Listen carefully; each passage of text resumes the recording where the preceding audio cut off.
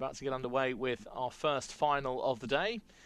And Abhinav Shaw and Romain Offrère and Braden Pieser representing the United States. And Parth Rakesh Mane and Darko Tomaszewicz and Huang Li Wanlin already had a successful trip to Lima so far. And Ajay Malik of India, the third athlete from India to be represented in this final. And Victor Lindgren, silver medalist at the Olympic Games, also the current world champion.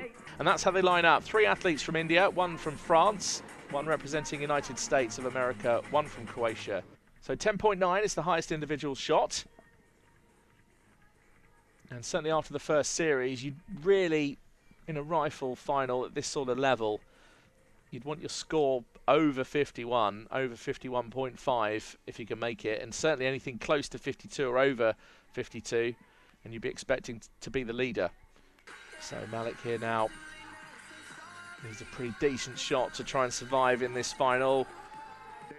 And it's gone to a shoot-off, so Malik versus Lindgren. Oh, 10.8 from Lindgren. And he's just looking up to say, I hope that's good enough. It's only a 10.9 that can beat it. And it's a 10.5. So here are the medalists: United States, People's Republic of China and India. It now just depends what order. 10.7 from Huang, great shot. 10.1 from Mane, and a 10.7 from Pieser. After Huang had hit that 10.7, it was impossible for Pieser to get up to the silver medal position. But a great performance from the United States of America and 19-year-old Braden Pieser, because he's taken the bronze medal. Look at the gap at the top, just 0.1. That's the standard we've got here in Lima. Oh, ho, ho, 10.9 and a 10.5 from Mane.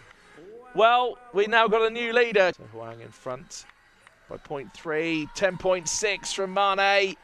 Huang needs a 10.4 in order to take gold or higher. Oh, a 9.6, a shot in the 9 ring, and it's cost him the gold medal. That Parth Rakesh Mane, 16 years old, incredible. He's a world champion, he deserved that. He performed so well. What a strong squad India brought here to Peru.